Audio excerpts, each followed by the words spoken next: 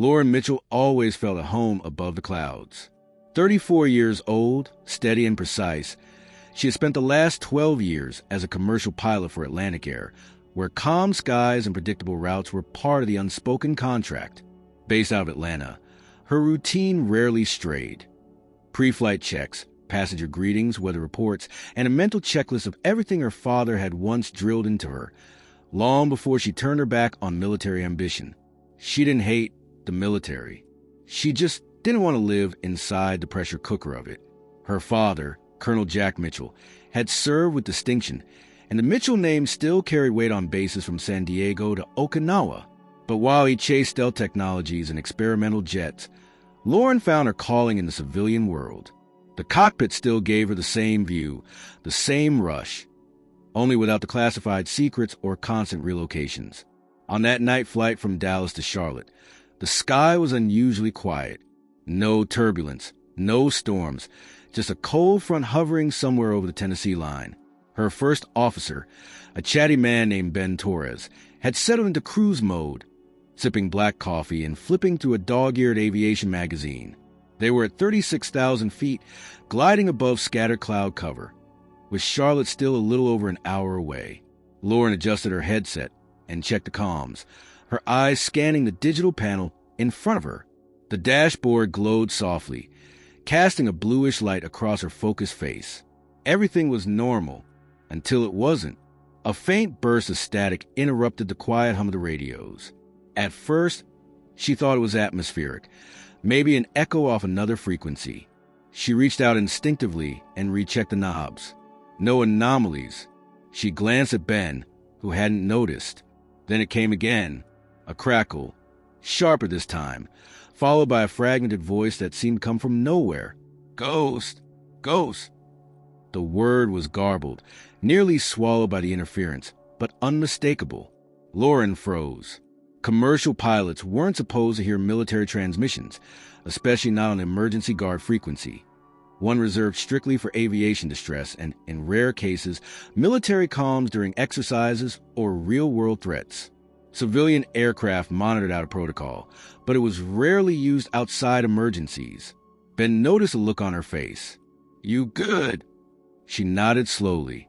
"Yeah, just some interference. Might be bleed-through from a nearby aircraft." He shrugged, unconcerned, and went back to his magazine. Lauren, however, wasn't so quick to dismiss it. She reached for the secondary radio and toggled through the frequencies. Everything else was quiet. No alarms, no follow-up transmissions. Just that single word, spoken in a way that felt oddly deliberate. Not panicked, not accidental. She made a note in the flight log. 90 minutes later, as they taxied toward the gate in Charlotte, she'd almost convinced herself it was nothing. Random static. Ghost signals. Ironic, considering the word she'd heard. But as the ground crew motioned them to a stop and the passengers began gathering their bags, she caught sight of two men standing beyond the glass of the jet bridge. They weren't airport staff. One wore a dark suit with no visible badge. The other had the kind of posture you only see in people who have spent their lives in uniform. Military, Air Force. Lauren kept her voice neutral as she addressed Ben. "You can handle the post-flight, yeah?" He gave her a puzzled look. "Sure. Everything okay?"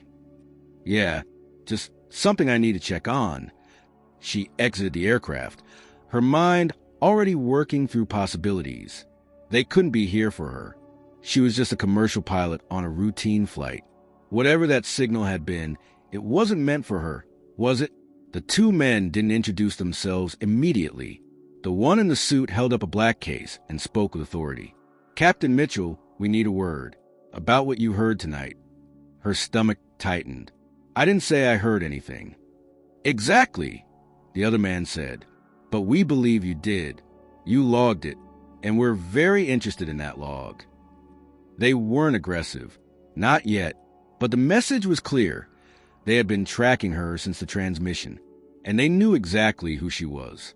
Inside the private terminal office, the questions began slowly. They asked about the frequency, the time, the clarity of the voice.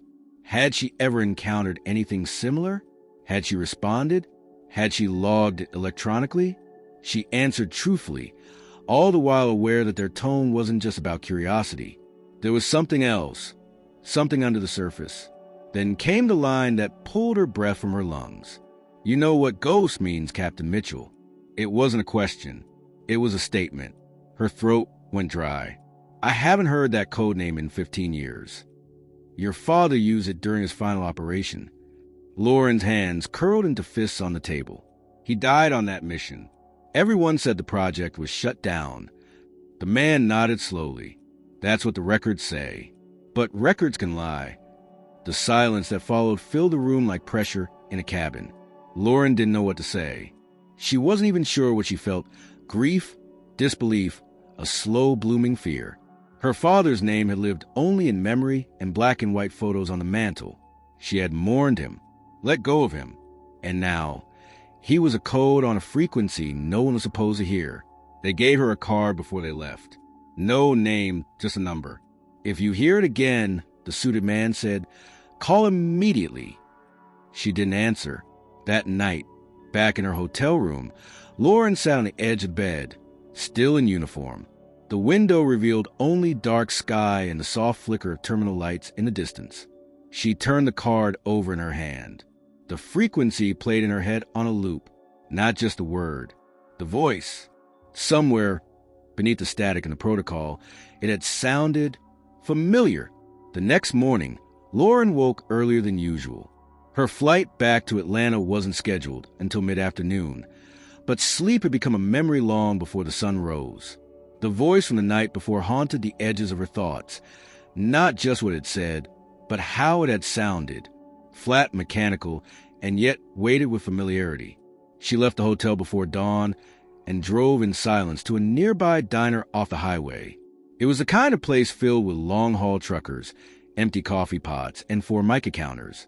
She took a booth near the window, ordered scrambled eggs and toast, and stared at her phone like it might offer answers. The card the men had given her sat next to her coffee cup, untouched. She typed the frequency into a search engine on a whim, knowing full well it would return nothing useful. And it didn't. The results were vague, outdated military references, amateur radio threads, and speculative blogs. But one link caught her attention. It mentioned an old training manual for emergency aviation channels. When she tapped it, the PDF opened to a page listing 121.5 megahertz as a universal emergency frequency, the one every pilot monitored, but never used unless something had gone terribly wrong. That was the frequency she'd heard it on. Her phone buzzed with a new message. It was from Atlantic Air Dispatch. Her return flight to Atlanta had been reassigned to another crew. No reason provided, just a polite note that she was now off duty until further notice. Lauren didn't like coincidences. They didn't exist in her father's world, and apparently, they didn't in hers anymore either. By noon, she was back at Charlotte Douglas International Airport, but not as a pilot. She walked the concourse in plain clothes, watching planes take off and land, listening to flight announcements, try and make sense of why she was still thinking about a single word spoken through static. She wasn't a military officer anymore. She had given that life up years ago. This wasn't her responsibility. And yet, she felt like she was being pulled into something that had never really ended. On a whim, she slipped into a restricted hallway that led toward the operations offices. Her old access badge still worked. Atlantic Air hadn't deactivated it yet. She ducked into a maintenance alcove and opened the panel for the radio frequency log. Most commercial aircraft kept passive logs of all open frequencies during flight for safety audits and black box backups. But there was something strange in the metadata. The timestamp for the recorded transmission matched the moment she'd heard "ghost" the night before, but the frequency log labeled it as blank. No waveform, no source, as if the transmission had never existed. That wasn't possible, unless someone had deleted it. She snapped a photo of the panel with her phone and backed out a hallway just as a maintenance supervisor turned the corner. She smiled, nodded, and disappeared into the crowd again. Outside, the sky was changing. Thin clouds were rolling in from the west, casting shadows across the tarmac. She called her brother, Nathan, a software analyst for a government contractor. He answered on the third ring. "You never call during the day," he said. "What's up?" "Do you still have access to aviation spectrum archives?" she asked. There was a pause. "That's specific. I'm looking for anything unusual on the emergency frequency over North Carolina airspace, specifically around 2200 hours last night." He hesitated. "You were working last night." I heard something that shouldn't have been there." He lowered his voice. "Lauren, why are you asking me this?" "Because I think someone's trying to erase it." Another pause, longer this time. "I'll look into it. But if I find something, you'll tell me what this is about?" "Yeah," she said. "I'll tell you." She hung up before he could ask anything else. 3 hours later, as she sat in her car on the edge of the airport parking lot, Nathan called back. His voice was tense. There was a spike on the emergency band at 2203 hours. It was flagged internally but not archived. It pinged an automatic defense protocol. Something old. Something that shouldn't even be active. "Was it labeled?" she asked. "It was flagged with a tactical override code," he said. "Designation, Spectre Echo Alpha." Lauren went still. "Spectre? Yeah, that means something." She swallowed hard. "Keep this to yourself, Nate. Please. I don't like where this is going, Lauren." "Neither do I." After the call ended, she sat motionless in her car, the air around her growing stale. Spectre, ghost. The words were dancing too closely together to ignore now. They weren't just code names. They were connected threads from a past no one wanted to admit still existed. Her phone buzzed again. Unknown number. She answered without a word. A heavily distorted voice came through. It was male, clipped, almost mechanical. "You were not supposed to hear it." She didn't respond. "Do not follow this." The call disconnected. She stared at the screen, her heart now thudding in her chest. The number was already gone. Lauren drove straight to the small apartment she rented in Midtown Atlanta, barely noticing the city lights bleeding through the windows. She pulled the blinds closed, locked the door, and laid out everything she had. The card, the photo of the blank log panel, her notes, and the strange timestamp Nathan had found. The pieces didn't form a complete picture, but they pointed somewhere. Somewhere no civilian should go. And yet someone had gone out of their way to silence her, which meant one thing. They were afraid of what she might find next. She powered up her laptop and opened an encrypted folder she hadn't touched in over a decade. It contained scans of her father's old logs, flight patterns, communications training, even fragments of a mission plan she had saved as a keepsake after his disappearance. Most of it was technical gibberish, but a few pages stood out now in new light. One, in particular, listed a radio frequency embedded in an emergency response protocol, one not used in normal operations. It was just a string of numbers and letters. She typed it into her radio scanner and waited. For almost an hour, there was nothing. Then, just past midnight, the static cracked. A voice. "Mitchell, ghost, align vector 250, maintain silent lock." Then silence again. But this time, she was recording. Her hands trembled, not from fear, but from something else. The voice was clearer than the one she'd heard the night before. And this time, she was sure, it was her father's voice. The morning after the transmission, Lauren sat in her apartment, fully dressed in her Atlantic Air uniform, even though she wasn't flying that day. The fabric clung tightly to her back as she stared at the waveform on her laptop screen, the recording from the night before. Over and over, she played the fragment. Every syllable, every breath, every clipped military cadence was engraved in her mind. It was her father, not a voice like his, not a reconstruction. It was him. She hadn't told anyone, not Nathan, not Ben, not even the two men from the night at the gate. This was hers, and she didn't know what to do with it. Just after 9 o'clock in the morning, there was a knock at her door. She didn't move at first. The sound was too precise, too controlled. 3 solid knocks. Not the kind of rhythm a delivery person or neighbor would use. Another pause. Then a voice. "Captain Mitchell." Opened the door. Not Miss Mitchell. Not Lauren. "Captain." She unlocked the door slowly and opened it just a crack. The same two men from Charlotte stood outside. The one in the dark suit held out an ID this time. Department of the Air Force, but no name. We need you to come with us. Lauren didn't ask where. She grabbed her flight bag, stuffed the encrypted USB drive into a hidden side pocket, and followed them out without another word. They didn't take her to an Air Force base. Instead, the SUV wound its way through downtown Atlanta before turning toward the industrial outskirts, finally stopping in front of an unmarked warehouse. Inside, beneath flickering lights and rows of shutter bay doors, was a temporary operations setup. Folding tables, military laptops, satellite phones, and men and women in civilian clothes who didn't speak. They led her to a corner office partitioned by thick curtains. A third man waited there, older, in a gray blazer, with silver hair and a clipboard. He didn't offer his name either. "Captain Mitchell," he began, motioning for her to sit. "We appreciate your cooperation." "You didn't give me much choice," she said. "We're not detaining you. You're free to leave at any moment." "But you know I won't." He gave a brief smile, not amused but recognizing truth. "You reported a transmission. We intercepted the same frequency shortly after. Your name was part of the broadcast. That complicates things." Lauren met his eyes. Was it my father?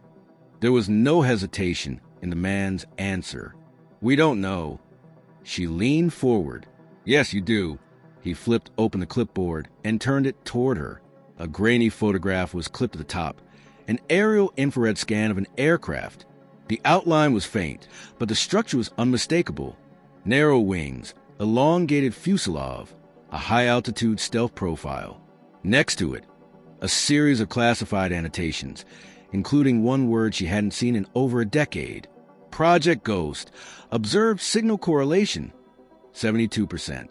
Her voice lowered. "This isn't new, is it?" "No," the man admitted. "It was shut down in 2009.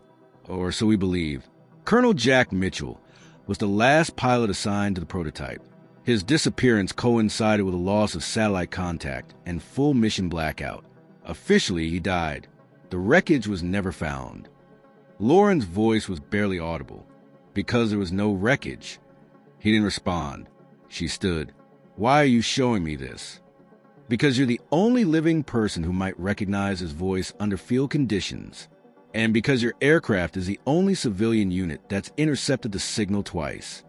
Lauren looked back down at the photo. This wasn't meant to be found. The man gave a small nod. "We need to know what you heard." She hesitated. Then from her flight bag, she retrieved a second copy of the audio file, burned onto a generic thumb drive, just in case. She slid it across the table. "I didn't edit it, but you won't find the source on my aircraft logs. It was wiped." "We know." They plugged in the drive. A technician behind the curtain played the recording over secure speaker system. As soon as the voice echoed through the warehouse, several agents nearby stopped what they were doing. Every word repeated exactly as she'd heard it. "Mitchell, Ghost, align vector, 0, maintain silent lock." The man in the blazer nodded once. "Thank you. That will help." Lauren didn't move. What was Spectre Echo Alpha? His eyes flicked up. So she had done her homework. "A discontinued alert protocol," he said carefully. "Supposed to ping deep space recon networks in the event of black site signal anomalies. But it was triggered," she pressed. "That means this came from something old, or something that never stopped transmitting." The man sighed. "You're asking questions we don't have answers to. Or don't want to." At that, he leaned forward. "Listen to me, Captain. Whatever this is, whatever came through that channel, is operating outside our parameters. That's not a random signal. It's tactical, coordinated, possibly autonomous." "Autonomous?" she repeated. "You think it's not a manned aircraft?" "We don't know," he admitted. "We lost control of the program before you graduated flight school. Your father was the last link, and now it's speaking again." She stared down at the clipboard. "Where was this taken?" "Somewhere over the South Carolina-Georgia border. 39,000 feet. No transponder. No radar signature. And no interception? Two jet scrambled. They made visual contact, then lost it. She looked up. You're chasing something you can't see, can't predict, and can't stop. That's why we need you. Her hands curled slightly against the table. Why now? He paused. Because last night it called your name. The words landed like a punch. She closed her eyes for a long second. All right, she said quietly. What do you want me to do? The man straightened. We want you to identify the signal. Not from here. From the air. She opened her eyes slowly. You want me to fly? He nodded. There's an aircraft waiting. A modified two-seater. Civilian shell military guts. You'll take off from a control strip outside of Macon. You won't be alone and you'll be unarmed. Lauren stood, her breath tight. And if it talks again? He paused. Then we'll know it's not a ghost. They drove her to the strip under armed escort. Not aggressive, just measured. Serious. When she reached the hangar, the jet was already fueled and prepped. It looked like a relic, something from the late 1980s, but the underbelly was painted matte black and the tail bore no markings. Before climbing in, Lauren stood beside the ladder for a moment, staring into the open sky. She hadn't flown anything this fast in over a decade. She didn't ask if the flight was legal. She didn't care. She strapped in, the canopy sealed, and when the engines roared to life, her heart shifted back into rhythm. 30 minutes after takeoff. Cruising near 41,000 feet above southern Georgia, the cockpit filled with nothing but the steady hum of airspeed and wind. Her co-pilot, a silent officer named Danner, didn't speak much. He watched the instruments, occasionally relayed data back to base, and said nothing else until the signal came through. A soft click, a static burst. Then, Lauren, do not trust them. Her eyes widened. She knew that voice too. It wasn't just her father's. It was live, not a recording. She turned to Danner. Did you hear that? But Danner was already reaching for the emergency override switch.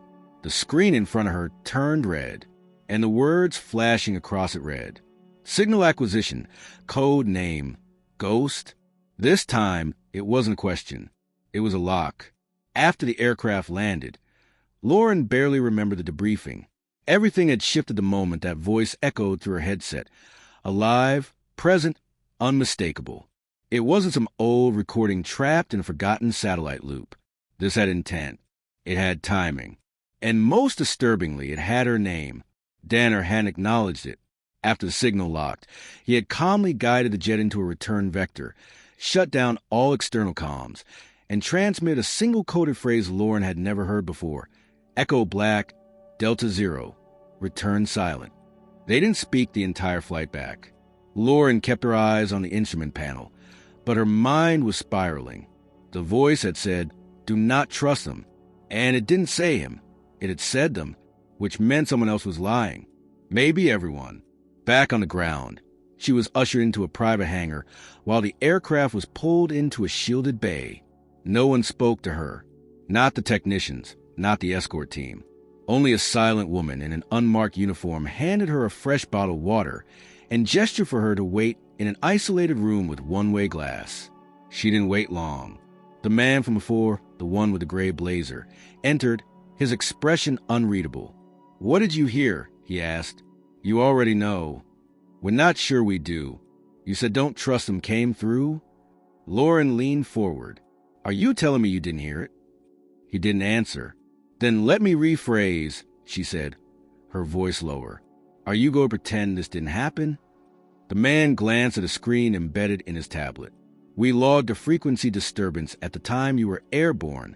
No audio. No location lock. That's a lie, she said, standing now. There was a lock. The screen in front of me showed it. Signal acquisition confirmed. You can't erase that. We're not erasing anything, he said evenly. But if there was a signal, then it's doing something we've never seen before. It's transmitting on a military frequency, but it's invisible to our sensors. And that should be impossible. Lauren's patience snapped. You already told me this isn't just a signal. It's a system, a program, maybe even a pilot. So stop treating this like it's a radar anomaly and start admitting the truth. Someone's in the air. They're flying something that shouldn't exist. And it called me. Silence. He didn't refute it this time. He only said, "We're looking into it." Lauren shook her head and walked out. They didn't stop her. By the time she returned to Atlanta, the sun had dipped below the horizon. She didn't go home.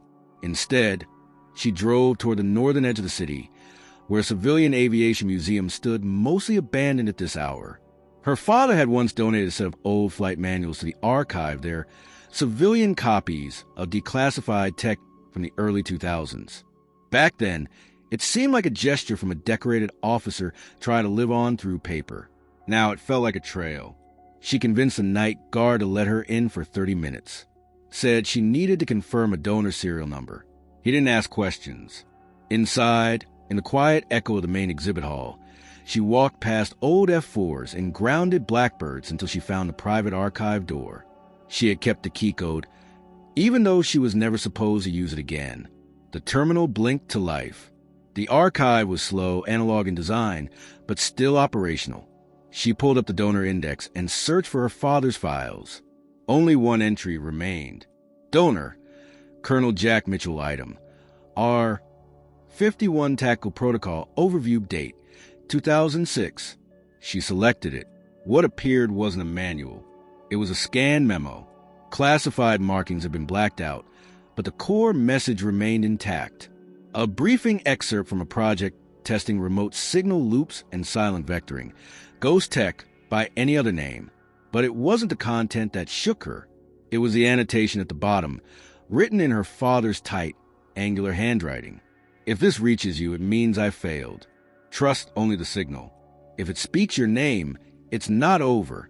She read it again. And again. The memo had been sitting there for almost 20 years. He had left a breadcrumb, knowing that one day it might matter. Outside, the wind picked up. Thunder rumbled in the distance. Lauren left the museum with a copy of the memo and drove straight to a parking garage downtown, where Nathan had said he sometimes met with defense contractors for after-hours briefings. She didn't call ahead. She didn't want to leave a trail. He was there, waiting in his car, already scrolling through files on a tablet when she knocked on the window. He jumped, startled, then opened the door. "Jesus, Lauren, what are you doing here? I need your help." He sighed. "You're not going to like what I found." She slid into the passenger seat. "Tell me." "There's chatter," he said quietly. "Private radar installations near Charleston, Savannah, even Jacksonville. They're picking up anomalies. Not aircraft, just disruptions. Like something is passing between radar sweeps. But every single log is wiped within minutes, and not from inside the system. You're saying it's being erased remotely or blocked entirely, like it's never there." Lauren pulled the memo from her pocket and handed it to him. He read it in silence. "Dad wrote this?" he asked. "Yes, and it's dated 3 years before he vanished." Nathan looked up, his voice tight. "Then that means he knew, that someone would come looking." She nodded. "And I think someone already is." As they sat in the shadows of the garage, a low buzz came from Nathan's device. An alert flashed across the screen. He turned it toward her.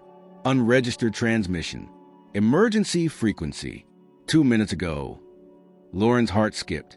She grabbed the tablet and opened the log. The location was over western South Carolina, exactly where the original ghost flights had been based. The message content was blank, but the origin signature was labeled Echo Flight. That wasn't random. She looked at Nathan. "Do you have access to the original ghost flight patterns?" "Some, from public records and retired airbase logs." "Then I need you to plot the coordinates of every radar anomaly in the last 30 days and overlay them with those patterns." He hesitated. "That's a serious request." "I know," she said, "but I think this thing is retracing its original missions." Nathan stared at her. "Lauren, if it is him, if it's Dad, what do you think he's trying to do?" She didn't answer immediately. Then, slowly, she said, "I think he's trying to finish what he started, and someone is trying to stop him." Nathan began typing. 30 minutes later, the map was complete, and the result was undeniable. The anomalies weren't random. They formed a pattern, a silent corridor, running directly between two decommissioned Air Force facilities known to house Black Project aircraft. Lauren stared at the final point. It wasn't an air base. It was a civilian airport, one she knew very well. Charlotte Douglas, the place it all began. She turned to Nathan, her voice steady now. "It's coming back." Lauren sat in her brother Nathan's dimly lit apartment, the single lamp on a desk casting long shadows across the room. The map lay open between them, lines of anomalies scribbled over faded airbase diagrams, the final node blinking like a target. Nathan tapped the map, then closed his eyes for a moment. "We know where it's heading. We know the path, but we still don't know the end game." Lauren folded her arms, feeling the familiar rigidity of her pilot's training shut down other reactions. She forced her voice steady. "Then we find the file that tells us the plan. Whatever it is, wherever it is, we retrieve it." Nathan nodded. "I accessed a restricted archive this morning. It's still live, but it's buried. There's a server in Dahlonega, a backup from the original project shutdown. I can't guarantee what's on it. Could be junk, could be the smoking gun." She didn't hesitate. "Then we go there." They sprang into motion. It was late afternoon before they left Atlanta in Nathan's rental SUV, the glow of dusk seeping through the windshield as they headed north into Georgia's foothills. The conversation between them remained minimal. No small talk, just purpose. After all they had handled, they'd learned to treat silence as a polished weapon. As they reached Dahlonega, the winding forest road darkened beneath the canopy of trees, the rental car's headlights cutting to the twilight like twin torches. Lauren's mind replayed the last transmissions, the voice on her headset, the clean words, "Don't trust them," the recorded audio of her father's voice. This was no longer about her aircraft or a hidden project. It was about her family. Her father wasn't lost. He was silenced, and now she was the heir to his secret. They arrived at a small, abandoned data center, a squat red brick building guarded by a single security light flickering and a locked chain link fence. Nathan parked a few blocks away, and they walked on foot, alert to every sound of the forest, every rustle in the shallow breeze. Lauren carried her flight bag, zipped closed tightly. Inside was a flash drive with the original audio file, a small scanner, and the memo she retrieved from the museum archives. Nathan had a laptop and a backpack of gear. They scaled the fence quietly, Lauren lifting the latch from the inside after Nathan disabled the alarm in seconds with a code he'd found in the logs. Inside, the interior smelled of stale coolant and old wiring. The power was cut. Light from outside poured through dusty windows. They moved to the main server room, where rows of racks stood silent like tombstones of tech long dead. Nathan carried a portable generator and hot-plugged it into the main service panel.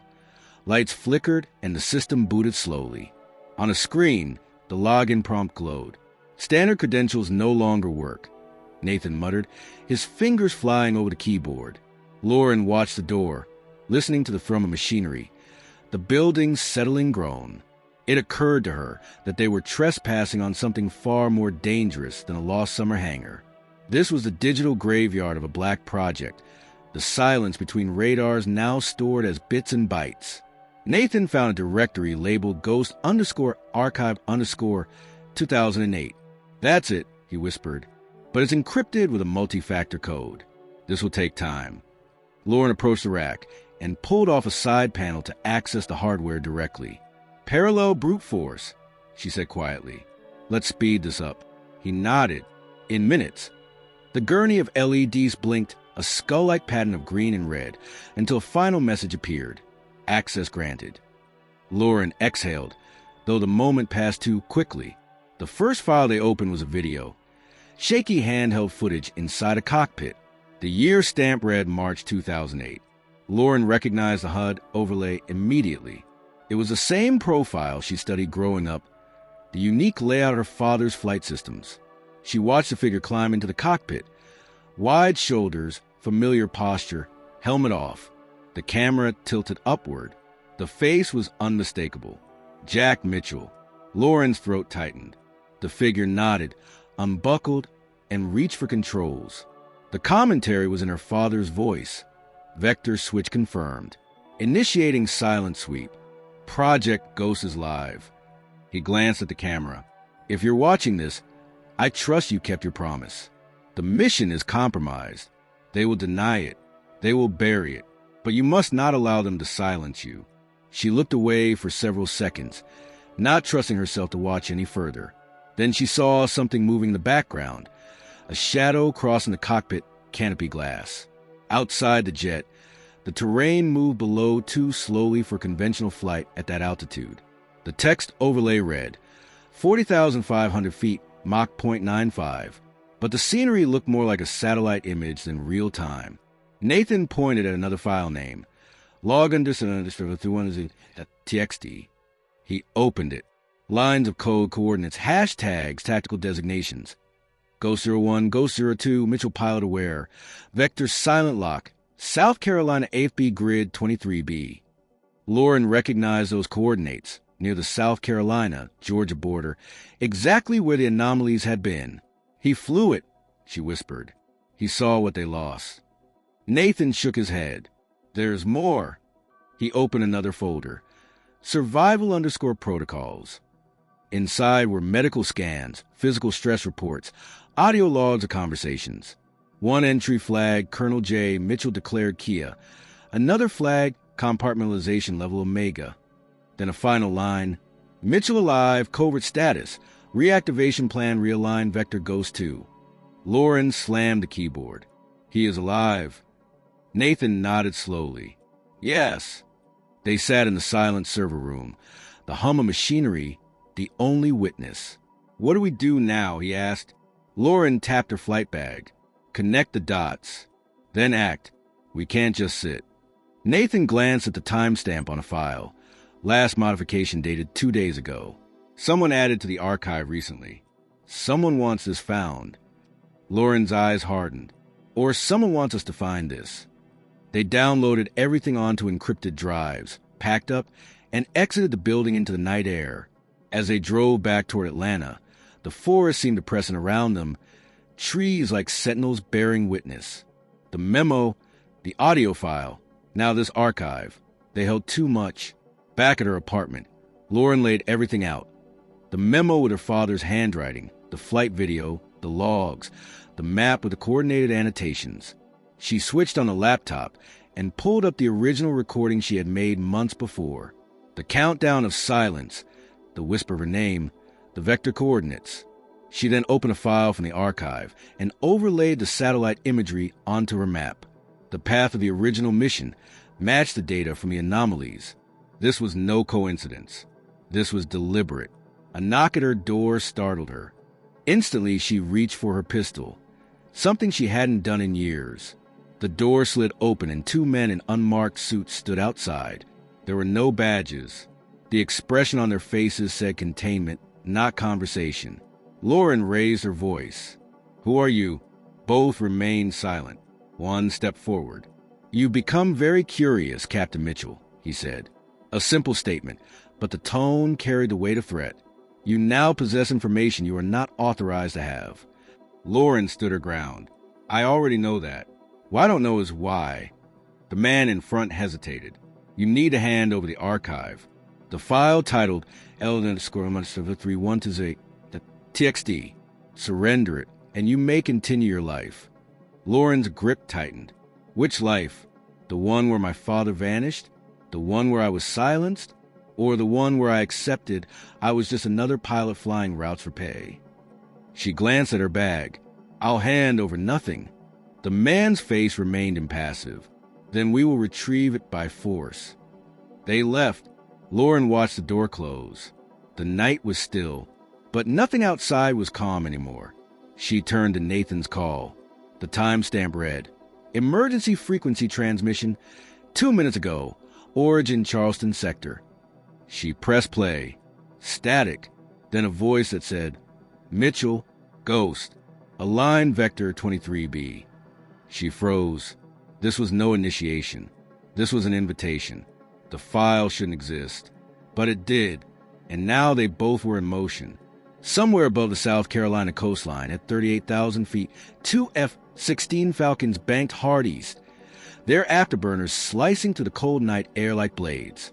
Their mission had come through scrambled command, intercept an unidentified aircraft emitting a ghost-coded signal.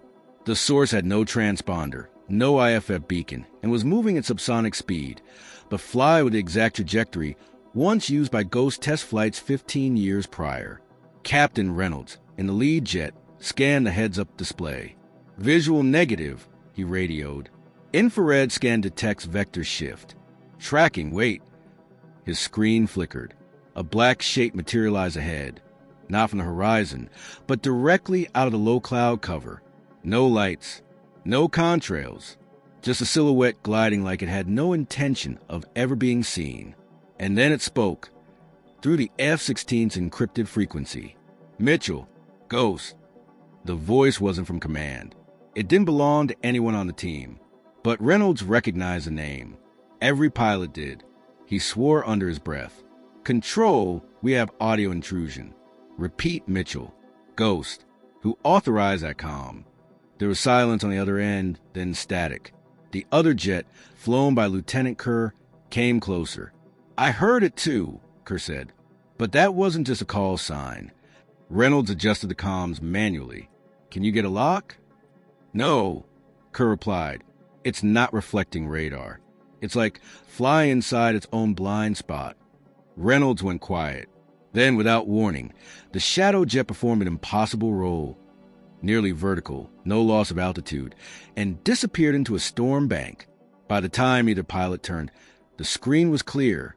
Back in Atlanta, Lauren sat in her apartment, glued to the secure channel on Nathan's laptop. The transmission that had just come through, short, guttural, intentional, wasn't random. It had been directed again. To her. As soon as she heard it, she knew.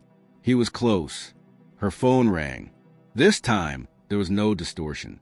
A calm, unfamiliar voice said, "You need to fly again. He's trying to reach you." Lauren stiffened. "Who is this?" "I'm no one," the voice replied. "But you are Mitchell, and Mitchell has been seen." "Where?" "Over Beaufort airspace. You have less than 12 hours. The call ended. She turned to Nathan. "How did they get my number?" "You've been tracked since the flight to Macon," he said. "If the call came clean, they wanted you to hear it." Lauren didn't pause. "Then let's get ahead of them." She pulled out her tablet and began scanning flight schedules and aircraft availability. Her old friend, Mark Donnelly, a retired crew chief now managing charters, might still have access to a privately owned ex-military aircraft parked near Savannah, one with minimal FAA scrutiny. She called him immediately. Mark picked up after 2 rings. "Lauren, I figured I'd never hear from you again. I need a favor." "Damn. Okay, go on." "I need something fast. Quiet. Short range. Something the FAA won't notice flying low and hot." Mark whistled softly. "You in trouble, Mitchell?" "Only if I don't fly." There was a pause. "I've got a modified T-38 to loan. Civilian registered, radar clean. Twin seat, but the co-pilot system is unplugged. You'd be flying solo." "Good. Where is it?" "Hangar 74, Old Terminal, Savannah Hilton Head. I'll be there before sunrise." She hung up and began packing. Nathan followed her movements, his worry mounting. "This isn't like flying into a theory, Lauren. This is someone else's sky now." Lauren zipped the bag and met his eyes. Not someone else's. His. They drove through the night, taking back roads until they reached the southern outskirts of Savannah. The airfield was quiet, the old terminal in use except for a handful of privately leased hangars. Mark was waiting under the floodlights, bundled in a jacket, hands in his pockets. The T-38 was there, tucked behind a partially raised bay door. It looked like a predator crouched at rest, black, sleek, a relic of a more dangerous time. "Are you sure about this?" Mark asked as Lauren approached. "No," she replied. "But I don't need sure. I need speed." Mark handed her a headset and a sat phone. "If you get a lock on anything, any voice, any vector, you call me immediately. I'll bounce it through 3 relays before they trace it." Lauren gave him a nod and climbed into the cockpit. The familiar harness clicked across her chest, the engine whine rising with every switch she flipped. Within minutes, she was taxiing out to the edge of the runway, her eyes fixed on the sky above. She launched into darkness just after 4 o'clock in the morning, climbing to 20,000 feet, then banking southwest toward Beaufort. Halfway there, the turbulence picked up more than weather. Her instruments began to stutter. Then the warning lights blinked red. Com override. Signal encrypted. Channel, Ghost_112. She looked up. There was nothing on radar. But a moment later, the static in her headset cleared and the voice returned. Lauren, Vector 19A. Follow altitude curve. Stay beneath them. She gritted her teeth. Talk to me? Where are you? Silence. She adjusted course anyway, following the vector. As she descended slightly to 18,000 feet, a new contact appeared on her radar, just a blip, then another. 2 F-16s on intercept vectors, 15 miles out and closing. Mark's voice crackled over the sat phone. Lauren, they scramble fighters. You're about to be intercepted. Already saw them. Get low and fast. If it's him, if it's really him, you'll see a formation signal. Lauren pushed the jet harder, bringing it down just above cloud cover. The F-16s closed in, but no one opened fire. One of them hailed her. Unidentified aircraft. You are entering restricted military airspace. Identify yourself or change course immediately. She ignored it. The signal reactivated. This time it was a full sentence. Maintain path. Left bank in 12 seconds. Ghost pattern sync. She obeyed. The F-16s fell into loose formation. Too close for protocol. Too hesitant to engage. She heard one pilot again. Control. She's not engaging. Looks like a training pattern. Wait, there's something else here. Lauren glanced left. Out of the cloud layer emerged a third aircraft, sleek, unmarked, silent. It took position next to her.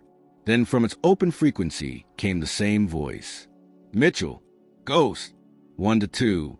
Her breath caught. He was flying beside her. Not a ghost, not a recording. Her father, Jack Mitchell, alive. Ghost 2, the voice said. Do you copy? She nearly dropped the throttle. Her hands gripped the stick with white knuckles. Copy, she said. I'm here. The F-16s broke off, overwhelmed by what they were witnessing. And for the first time in 15 years, Lauren Mitchell flew in formation with her father again, not in memory, but in the sky. The flight formation held steady for just under 2 minutes, 120 seconds suspended between reality and disbelief. Lauren kept her eyes locked on the aircraft to her right. It had no visible markings, no registration codes, no standard running lights. It moved with precision that wasn't mechanical, but lived in, as if the jet were an extension of its pilot. Her father's voice had come through with perfect clarity, but the aircraft offered no signature, no data footprint. To every system tracking them, it did not exist. Then, just as suddenly as it had appeared, the jet climbed sharply through the cloud layer and vanished from view. Dad! Lauren called over the frequency. Jack Mitchell confirmed, stay on formation. No response. The F-16s, confused and clearly hesitant to act, had banked away to regroup. Lauren was alone again, only her pulse echoing in her helmet. She circled once, scanning every vector, every frequency. Nothing. Whatever craft he was flying was engineered not just for stealth, but for evasion. She toggled the sat phone and called Nathan. He was there, she said, breath shallow. I flew beside him. Not a trace on radar. Nathan's voice came back with urgency. We're seeing it from here. Someone tapped into FAA feeds. They're already trying to scrub the visual. You need to lock it before it's gone, she said. Anything. Transponder drift, contrail shadows, heat bloom. I'm on it, he replied. But you need to land. Now, they're pulling satellite assets. You're burning time in contested airspace. She didn't argue. Lauren angled west and dropped beneath the cloud deck, skimming low until she reached a clearing near a decommissioned private strip in Jasper County. She landed without clearance, killing the engines the moment the wheels touched the asphalt. No sirens, no one waiting. The runway was cold and abandoned, just like everything else that surrounded this mission. She stepped down from the cockpit and walked toward the edge of the field, heart still hammering, adrenaline too loud for thought. Her boots sank slightly into wet grass. The air smelled like ozone and old fuel. Behind her, a soft whir. She turned fast. A single drone, no larger than a backpack, hovered 5 feet off the ground. A blinking red light on its side activated, scanning her face. Then a voice, his voice, spoke from it. You followed the vector. Good.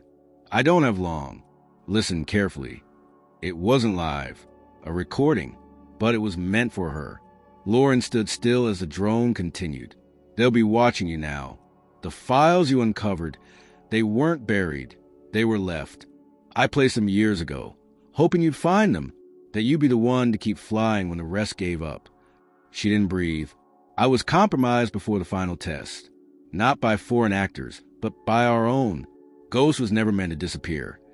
It was meant to reappear under someone else's control. When I refused to turn it over, they erased me. Physically, I escaped, but administratively, I was deleted. There are only 2 ways out of a project like this: public burial or silent exile. The drone hovered closer. They've tried to restore the program, but it won't obey them. It recognizes pilot voice signatures, biometric commands. There's a fail-safe built into the Ghost architecture. It only responds to Mitchell. The message paused. Lauren stared at the device, piecing together the implications. Her father had locked the Ghost systems with their DNA, their voices, their identities, which meant she was a fail-safe now. The drone's message resumed. There's one last file they never recovered. It contains every internal message, every funding route, every illegal rerouting of Ghost tech into private hands. If this file surfaces, they burn not just the project, but the people behind it. You need to get airborne again. The light blinked rapidly. Then the drone tilted midair. Your next aircraft is already waiting. Coordinates: 32.7109 by 81.3794. You'll be met. They'll know you by the call sign Echo Lead. Say nothing else. The drone shut down, dropped into grass, and powered off entirely. Lauren knelt, picked it up, and placed it in her bag. She had just heard the last living testament of a man erased from history. Her father hadn't just fled. He had built a map for her to follow, a trail across years of silence, encoded in flight paths and corrupted audio. She pulled her phone and entered the coordinates into a private NAV app. The location was an old runway on the edge of the ACE Basin Preserve, miles from any military installation, miles from surveillance. She called Nathan. I have new coordinates. I need a ride. Off-grid. He paused. They'll be scanning every major road. I don't need a road, she said. Send the drone. An hour later, an off-road utility vehicle pulled into the edge of the clearing. Nathan climbed out, his eyes searching her for answers, but he didn't ask. She climbed into the passenger seat. They'll come after you two now, she said as they drove. They already are, he replied. I encrypted every trace, but someone pinged my credentials from a Pentagon proxy last night. You should have cut and run. He glanced at her and missed the second act of the spy drama. Lauren allowed herself half a smile. You always did love a chase. They reached the remote strip by mid-morning. The sky was overcast, light bleeding through a thin veil of clouds. Parked under a half-collapsed shelter was a jet she'd never seen before. Sleek, matte gray, no tail markings. But its profile wasn't experimental. It was familiar. It was Ghost. Or at least a newer variant. The woman waiting beside it wore civilian clothes, but her posture was military. Her eyes were hidden behind mirrored aviator glasses. Your Echo Lead, she said, stepping forward. I'm here to prep the asset. Lauren nodded. I need confirmation. This aircraft, does it respond to biometric lock? It does, the woman replied, but only yours. You've been cleared by voice, code, and signature. Colonel Mitchell's protocols are still embedded. He left instructions. Lauren walked around the aircraft, running her hand along the fuselage. The composite material was warm, like it had been recently flown. She climbed into the cockpit and strapped in. The systems powered on without a key. The screens lit up. One word flashed across the main panel. Ghost, pilot verified, Mitchell. The woman below stepped back. Nathan approached the side of the aircraft, holding a sat phone. Dad sent another message, he said. It's encoded. Playing it now. Her father's voice filled the cockpit again. If you're hearing this, then you've taken control of the prototype. Good. They won't stop now. Their window is closing, and they'll get desperate. The final file, Ghost_No, is stored in a private satellite uplink disguised as a weather beacon. You'll need to fly high and intercept the signal before it cycles. The coordinates appeared on her HUD automatically. Lauren's grip tightened on the throttle. This wasn't a mission anymore. It was a final handoff. She looked at Nathan one last time. Keep the files safe. If I don't come back... You'll come back, he said. She gave a tight nod, then launched. As the ghost jet soared into the sky, climbing faster and cleaner than anything she'd flown before, the weight of legacy pressed against her shoulders. Her father had built this system to obey only one line of command. And now, after all these years, it was listening again to her, to Mitchell. Lauren sliced through the upper atmosphere at 53,000 feet, the ghost jet humming with quiet power beneath her hands. The silence of altitude was unlike anything she had experienced before, more than just the absence of sound. It was the absence of everything. Civilian aircraft were far below. Military trackers couldn't maintain a lock. She was flying blind, yet in perfect command. The coordinates had uploaded automatically into her system, just as her father's voice had promised. The file, codenamed Ghost_No, was tied to a satellite uplink disguised as a meteorological platform orbiting along a geosynchronous trajectory over the southeast. According to the briefing embedded in the NAV system, she would need to reach a precise intercept altitude, lock onto a beam frequency for exactly 8 seconds, and begin the data download before the satellite rotated out of range. There would be only one chance. As she reached cruising altitude, a small icon blinked in her heads-up display. A soft tone followed, and the cockpit lights dimmed slightly, an automated transition for stealth protocol. The plane was now invisible to all known detection systems. Or at least it was supposed to be. Lauren focused, adjusting the oxygen levels in her mask as the air outside thinned to near zero. The temperature around the fuselage dropped to negative 50 degrees Celsius. At this altitude, no one should have been following, and yet a shadow appeared on the radar. It was faint at first, then it sharpened, triangular, moving fast, gaining. She didn't hesitate. Ghost, lock rear vector. Analyze signature. A stream of data appeared. Unknown aircraft. Configuration, classified. Velocity, match. Altitude, match. No transponder. Someone was there, and they were flying something she didn't recognize. Before she could adjust course, a hard vibration rippled through the jet. Lights flickered. The display briefly glitched, then stabilized. Something had hit the field. An electromagnetic pulse, she guessed, or a low-yield disruptor designed to scramble electronics without blowing the craft from the sky. Manual override, she snapped. The ghost jet responded instantly, shifting out of autopilot and handing her full control. Her fingers flew over panels. She flipped 2 switches under protective casing and brought up the satellite beacon. The crosshairs lined up. She had 13 seconds until the uplink window opened. Then the second aircraft fell into visual range. It was dark, sleek, and far more aggressive than the Ghost. Its nose sloped like a raptor's beak, its wings swept with unfamiliar contours. It pulsed slightly as it moved, like heat waves cloaked in geometry. A prototype, advanced, agile, and not meant to be seen. The comms cracked. A voice she didn't know. You are not authorized to intercept that signal, Mitchell. Lauren's jaw tightened. Then why am I the only one who can? You've been warned. Divert or we take control. She didn't answer. She dropped the nose 5 degrees, accelerating toward the uplink vector. The satellite had begun its slow crawl across her sightline. The countdown initiated. 10 seconds. The other aircraft surged forward, locking into a mirror descent. You're compromising national integrity. Stand down. Lauren flipped a secondary switch and pushed the throttle to maximum. The cabin shook under the strain. 7 seconds. Then, the other jet surged ahead. It dove beneath her path and released a burst, not a missile, but a directed pulse. Her screens went dark. No weapons lock. No alarms. Just sudden, silent failure. Lauren fought the controls. Her instincts, sharpened over years in both civilian and military cockpits, took over. The jet stalled. The data stream had begun, but without power, she had no way of confirming the transfer. Altitude dropped fast. She leveled the wings, trying to maintain lift as long as possible. Then she felt it, an external jolt from the right side. The unknown aircraft had clipped her wingtip in a calculated maneuver, just enough to tip her into a controlled spiral.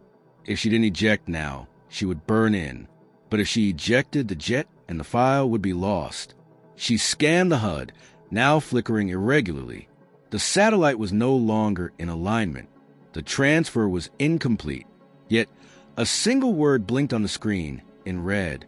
Partial download verified. It was enough. She pulled the ejection handles.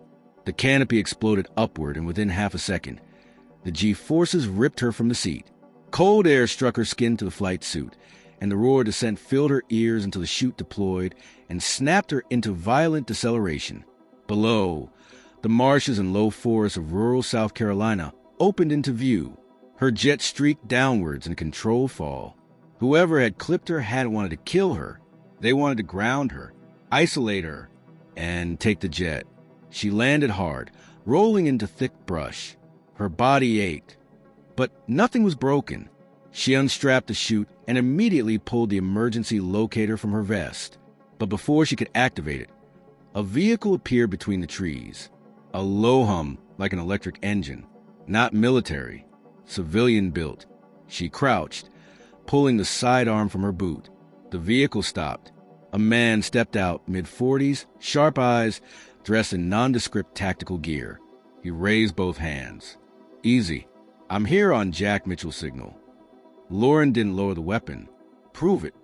He pulled a device from his pocket and turned it on. Her father's voice echoed again. If you found her first, don't engage. She knows. Trust her. Lauren exhaled, slowly lowering the pistol. The man nodded. My name's Rafferty. I was ground intel for your father back in the original Ghost program. After he disappeared, I went silent. We've been trying to find a way to get you back into Sky. You clipped me out of it. Wasn't us, Rafferty said. There's another faction involved. They want Ghost back, but they don't want you. They've been trying to bait you into flight for months, hoping you'd lead them to him. Lauren narrowed her eyes. Then why stop me now? Because you weren't alone up there. Your father was flying a second craft.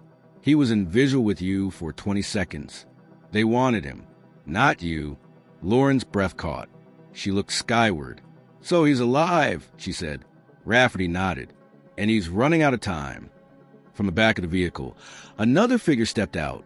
This one a woman, older, sharp-faced, and calm. You've been carrying part of the download, she said. We have the other half. Lauren turned slowly. Who are you? People who never stopped believing Jack was right, the woman replied, and who need you to finish what he started. Lauren placed a hand over her flight bag. Where the sat phone and encrypted drive now sat. Her body was sore. Her jet was gone. Her mission was interrupted. But the signal was alive. The file existed. And the next move belonged to her. The road into Eglin Air Force Base was not a road in any traditional sense. It was a forgotten service route etched between overgrown pine trees, leading through decades of dust and military secrecy. Rafferty drove without lights. The electric hum of the modified vehicle was swallowed by the forest as it moved deeper into restricted territory, where chain-link fences had long since rusted and motion sensors had either gone dark or were set to ignore the passage of ghosts. Lauren sat in the back, her bruised arm cradled against her side, her mind replaying the control crash, the signal, the failed interception, and most of all, the unmistakable shape of the aircraft that had nearly forced her out of the sky. It had been advanced, beyond anything publicly known, and it hadn't come for her. It had come for her father. That meant one thing. Someone knew he was alive. 5 minutes, Rafferty said, his voice low. Hangar 14 still intact. We kept it off the official grid. It used to house black-tier experimental systems. The perfect place to bury something no one was supposed to find. Or someone, Lauren muttered. Beside her, the woman, who still hadn't given a name, nodded. After the shutdown, this hangar was listed as condemned. Fire risk, toxic contamination. All lies. It was locked down because your father made it the final archive point for the original Ghost project. Lauren looked at her. And you worked with him? I was his clearance sponsor, the woman said. Department Defense liaison to Tier 0 Tech. When the project started, he trusted the science. When he saw what was being turned into, he buried it. We both paid the price. They passed a checkpoint with a dead keypad, a gate hanging open at an angle, half sunk in mud.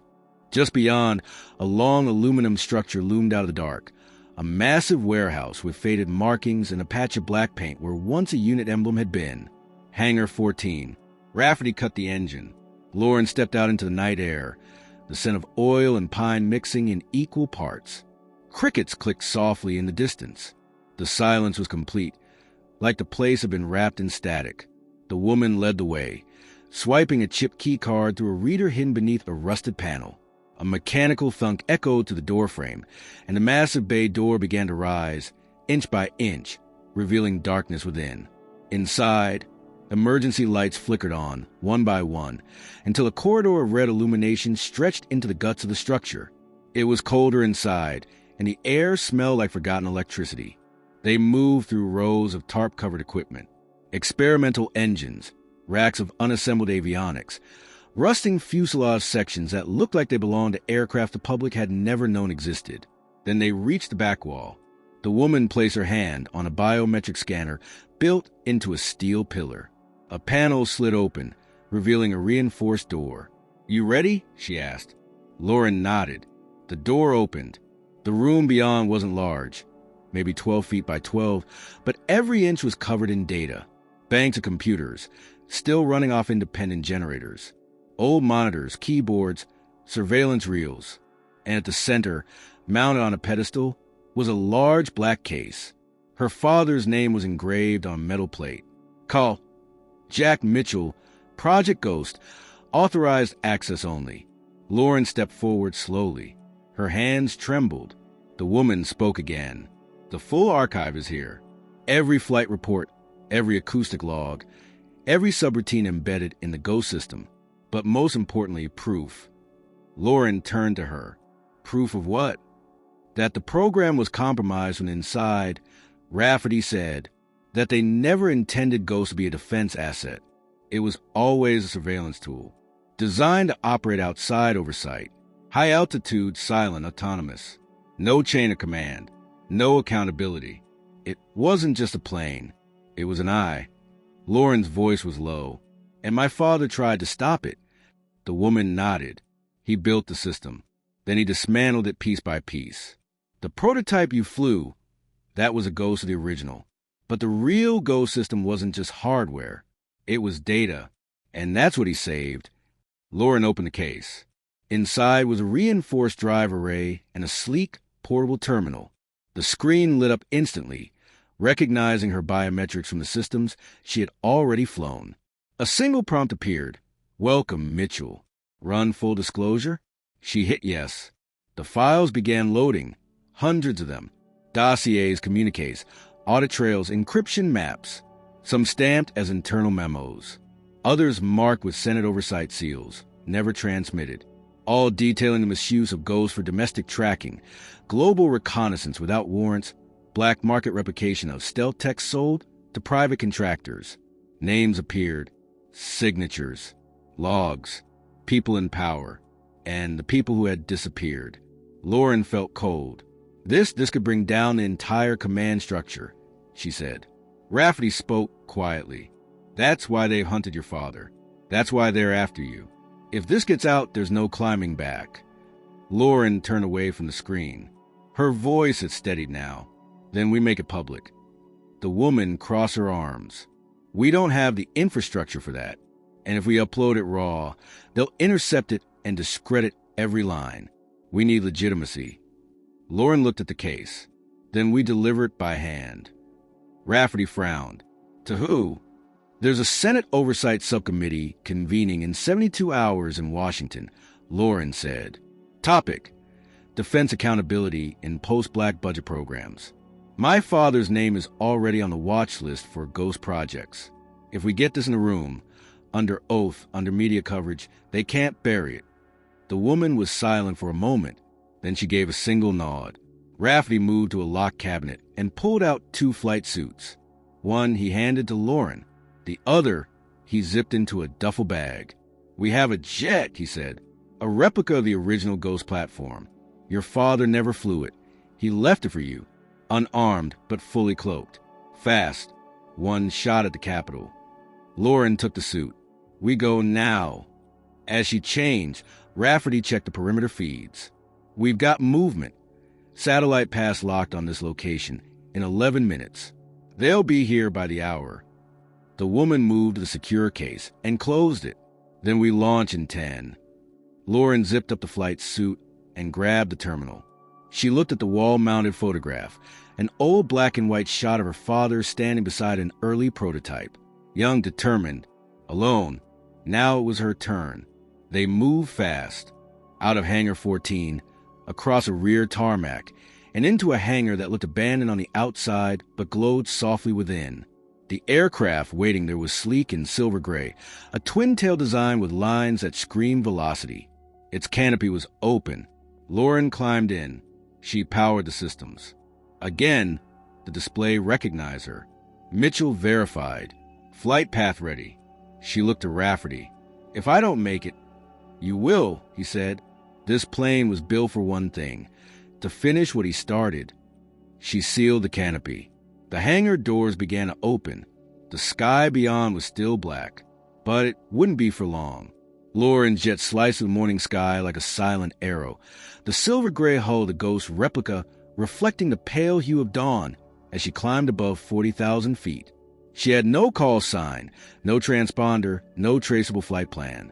She flew under protocols that no longer existed on record, guided by coordinates burned into encrypted flight systems her father had designed and hidden years before. Her destination was clear: Washington, D.C. In 72 hours, the Senate Oversight Subcommittee would convene to discuss defense abuse in black tier projects. But Lauren had no intention of waiting. The file she carried, fully decrypted, authenticated, and stored within a biometric-protected core, had the weight to tear through decades of corruption, and that meant only one thing. It would be stopped before it ever reached the Capitol unless she delivered it in person. At 39,000 feet, her screen blinked with a warning. Unauthorized intercept detected. For aircraft, inbound. Their configuration flashed in red on her HUD. F-16s.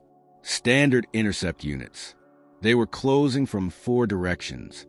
Lauren took a deep breath, adjusted the throttle, and spoke into the secure cockpit mic.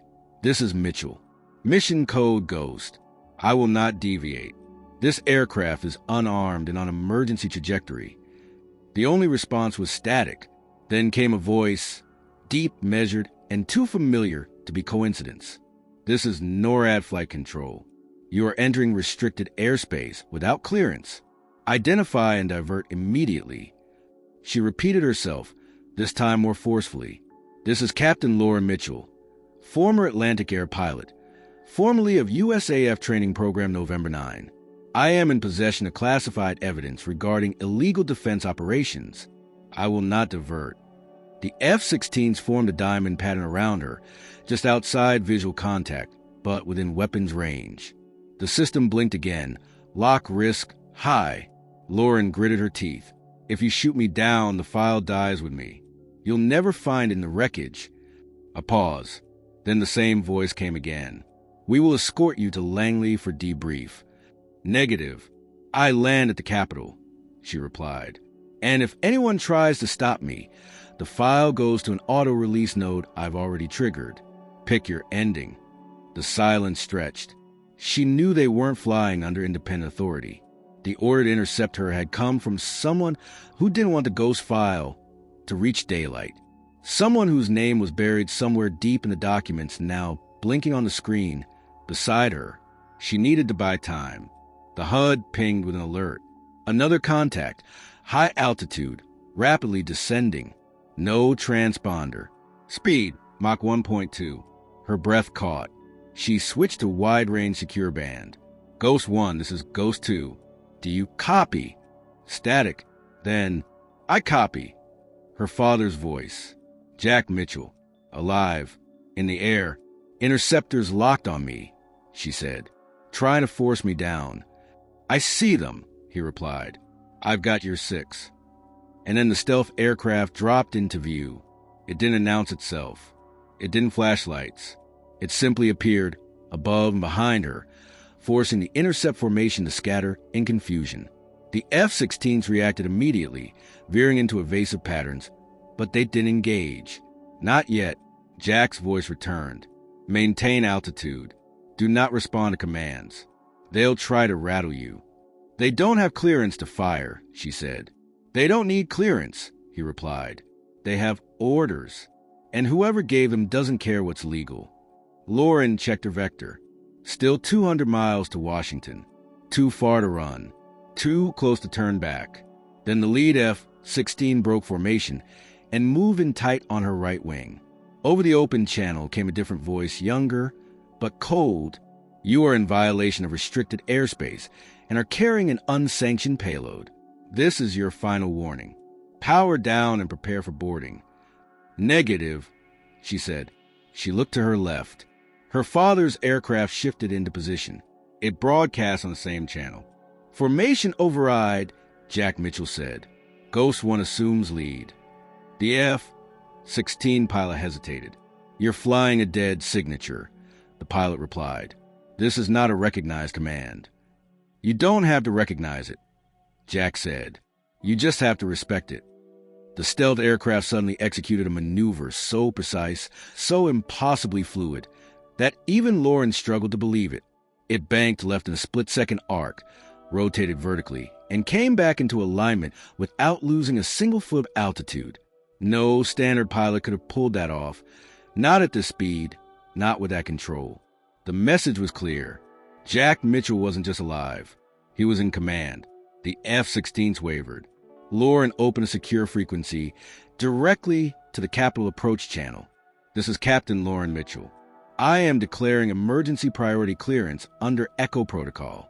I am in possession of critical evidence relevant to the current defense inquiry. I am inbound on Vector 087.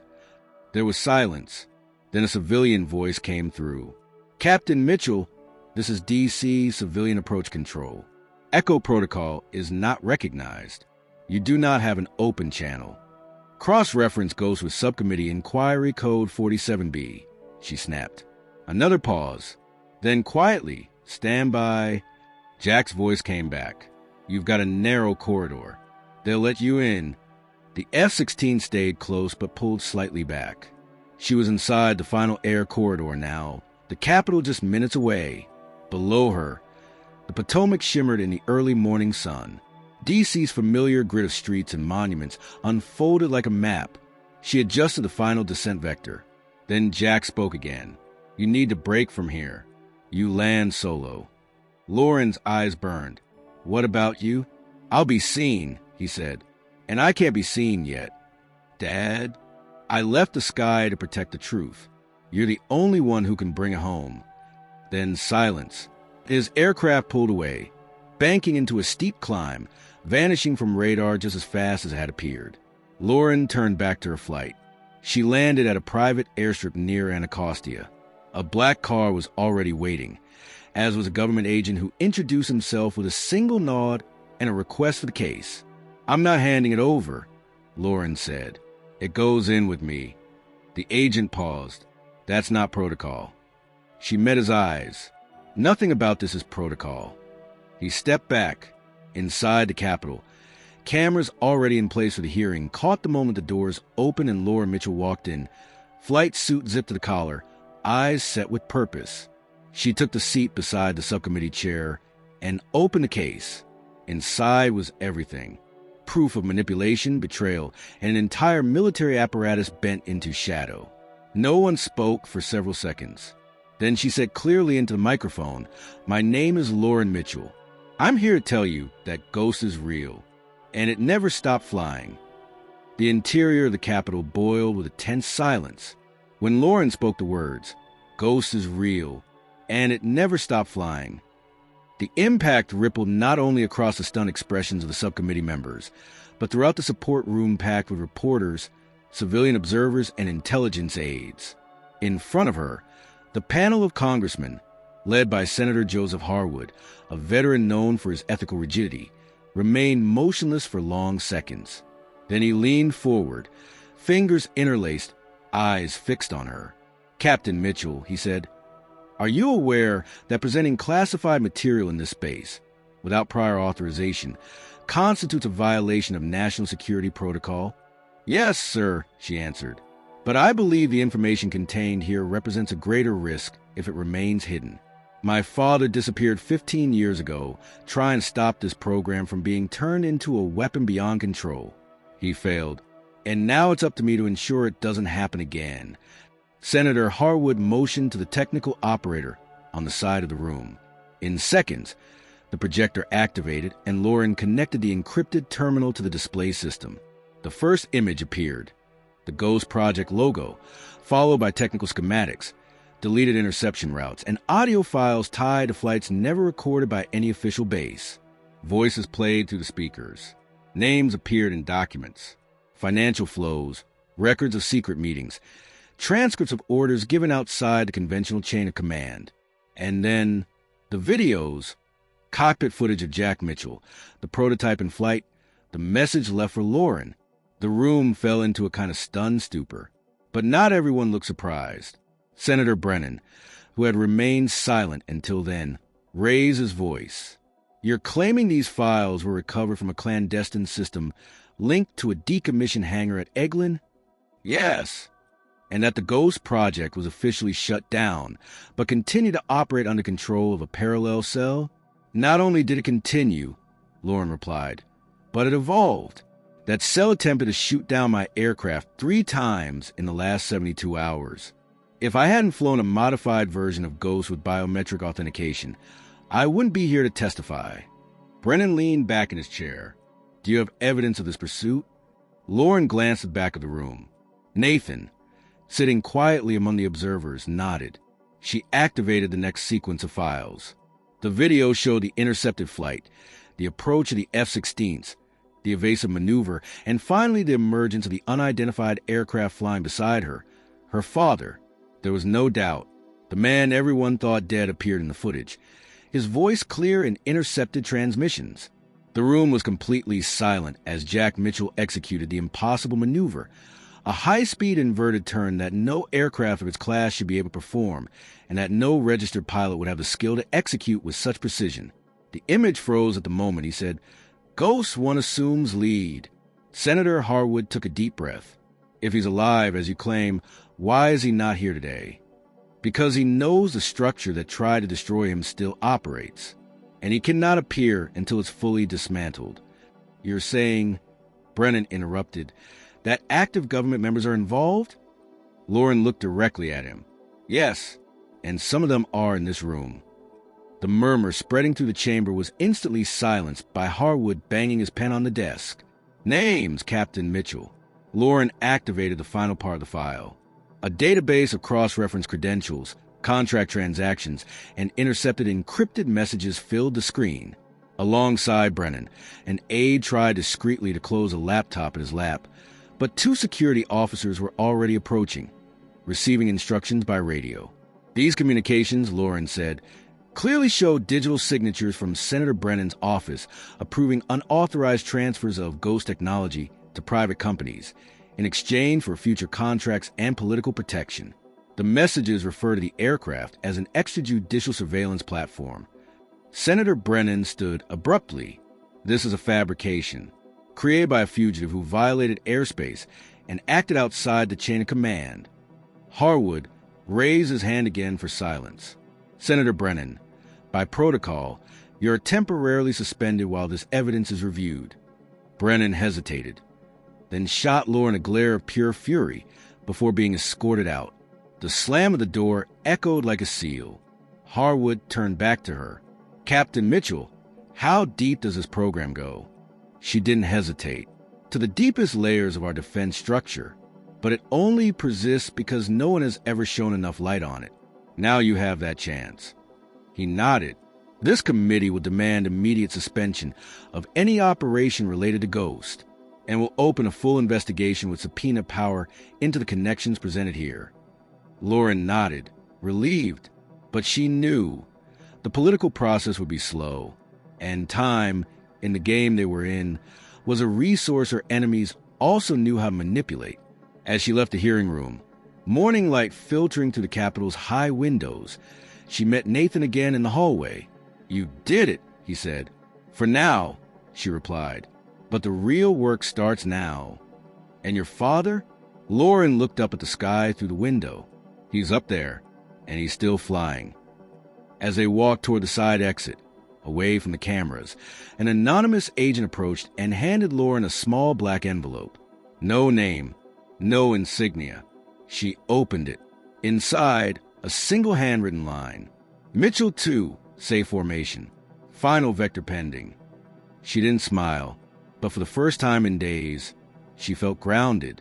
The story wasn't over yet, and she knew exactly where to fly.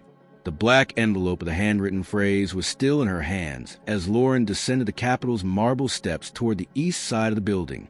The outside world seemed momentarily suspended. The sky was clear.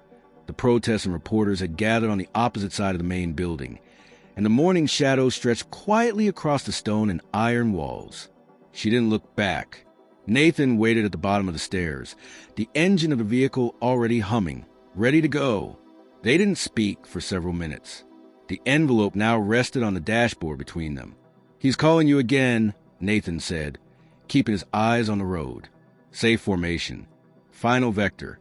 That's not goodbye. It's an instruction." Lauren didn't reply immediately. She could still hear her father's voice echoing in the Ghost headset. The familiar firmness of his tone mid-flight. There was something behind that appearance. Something still unsaid. They drove out of the city for hours, following the directions embedded in the note. A route far from main highways, using only back roads and unmapped crossings. The destination wasn't obvious, but the logic was every movement designed to avoid surveillance, every turn calculated to escape eyes still trying to prevent the reunion. The end point was an old, abandoned test field in Southern Virginia. Among empty hills and untamed forests, a small concrete hangar remained covered in vegetation, without signs or visible antennas. At first glance, it looked dead, but when Lauren approached the entrance, a faint hum of electric power broke the silence. She entered the sequence written on the back of the note. The hangar door opened. Inside, bathed in the amber glow of still active internal systems, stood the original Ghost, the first, intact, resting on the old lift platform, its fuselage marked by years of wear and waiting. Beside it, as if time had paused, stood Jack Mitchell, the father she hadn't seen since she was 19. He no longer wore a uniform. His clothes were practical, civilian, and his face bore the weight of the years. But his eyes, the same eyes she'd inherited, still held that impossible clarity, a quiet certainty that everything he had done had a purpose. Lauren stopped a few feet from him. "You're alive." Jack exhaled. "And you flew here." She held his gaze. "Why now?" "Because now you're ready," he said. They never stopped, Lauren. Since the day the prototype disappeared from the records, there have been 3 attempts to recreate the system through parallel means, each one worse than the last, each one quieter.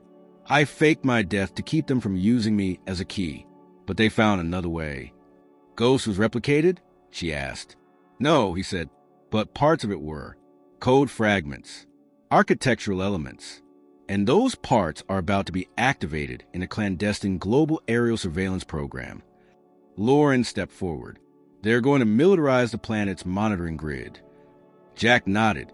With orbital reach, satellite integration, and zero judicial oversight. They call it Silo, but it's Ghost under a new name. She looked at the old aircraft behind him. So why bring me here? Because this is the only system still intact. The only one not connected to their network. The only one that can break the uplink before Silo reaches full activation. And it needs to fly, Lauren said. Jack smiled for the first time. Exactly. A safe formation. Ghost 1. Ghost 2. Lauren looked at the aircraft's control panel, where the old markings were still in place. When do we launch? Now, he said. Within minutes. They were suited up. Jack entered through the rear hatch of the Ghost, now modified with a second command seat. Lauren took the front. The panel recognized her biometrics immediately. Mitchell 2 confirmed. Formation integrity locked. She felt the engines pulsing beneath her boots. This wasn't just a plane. It was a mission, a living legacy, a truth to be honored or destroyed. The takeoff was smooth, almost silent.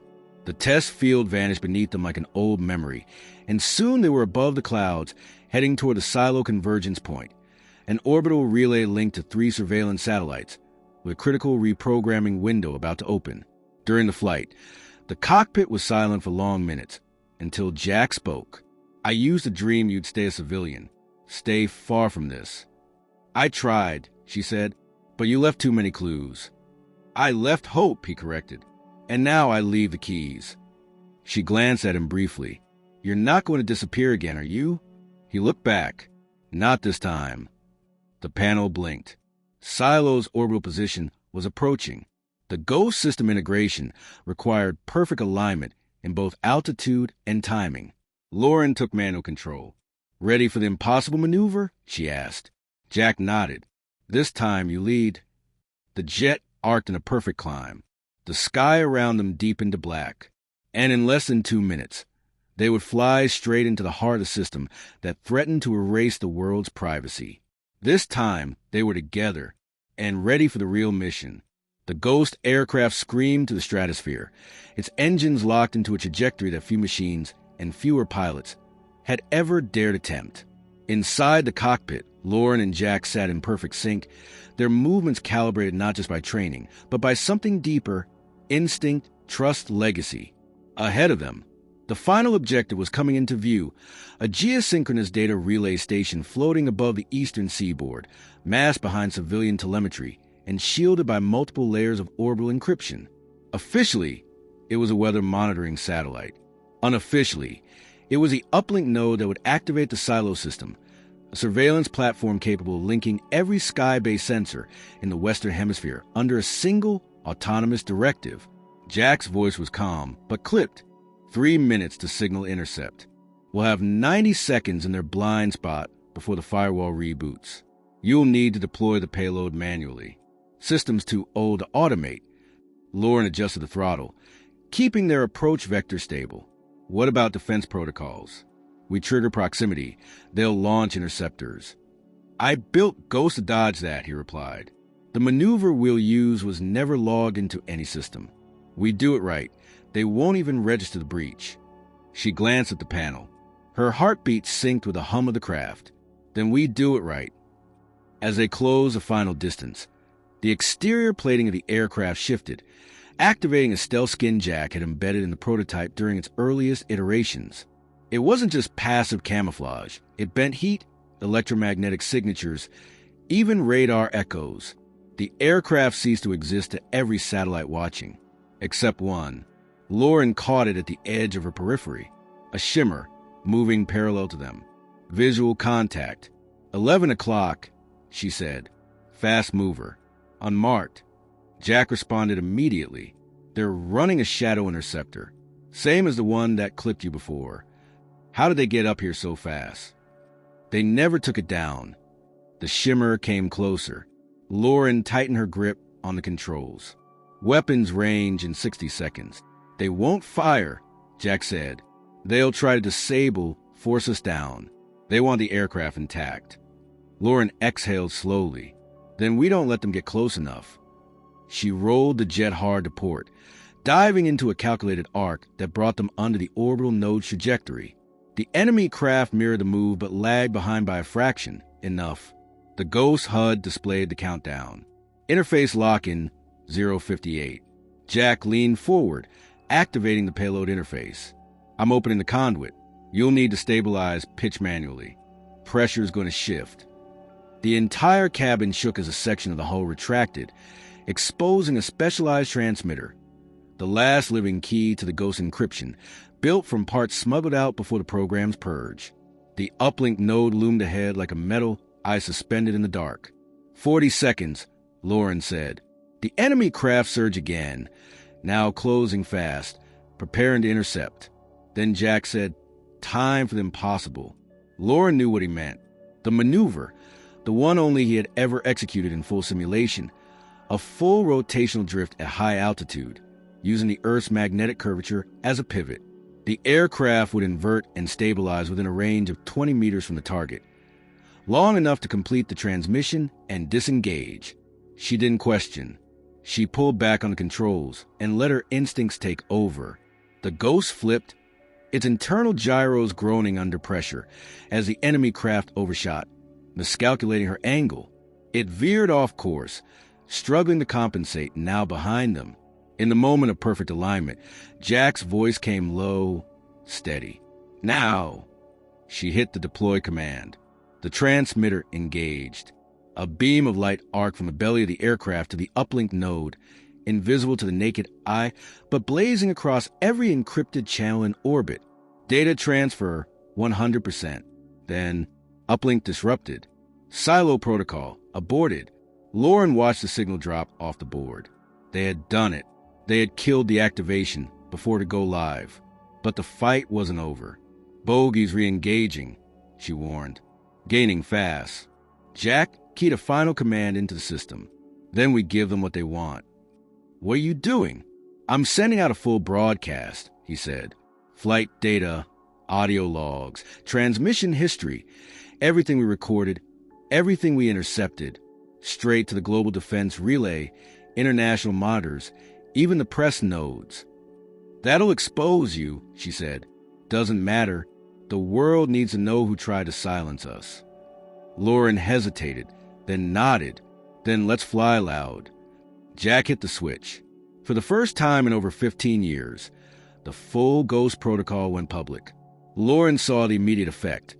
Comms flaring, satellite systems rerouting, command centers lighting up from Europe to South America. Thousands of independent systems now shared the same truth. And the enemy interceptor? It stopped, just hovered in place, pilotless or stunned. She couldn't tell, but they didn't fire. They didn't chase. It was over. Jack looked to her. You take her down, he said. This landing belongs to you. She smiled, ever so slightly. Let's bring her home. The descent was smooth, quiet, a far cry from the intensity of what they'd just survived. They touched down at a private airstrip just outside D.C., where military vehicles were already rolling in. But this time, there were no weapons drawn, no threats, just recognition. Lauren stepped out first, the case in hand. Jack followed. They were met by a group of officials, civilian and military alike, some pale-faced, some grim, but no one questioned what they had done. The broadcast had worked. The truth was out. Days later, at a quiet ceremony held at the National Aviation Memorial, Lauren stood beside Jack as he was officially declared alive. The Pentagon released a statement acknowledging the unauthorized reactivation of a decommissioned program, and multiple Senate hearings were scheduled to address systemic failures. Lauren was formally reinstated, this time under a new role, Commander of Civil Air Safety Integration. Her mission: ensure that the sky never again becomes invisible to those it serves. That afternoon, as the ceremony cleared and the sun dipped low, she and Jack remained behind. They stood alone on the tarmac, staring at the sky. Will you always ghost, Dad? She asked quietly. He smiled faintly. No, but now we both are.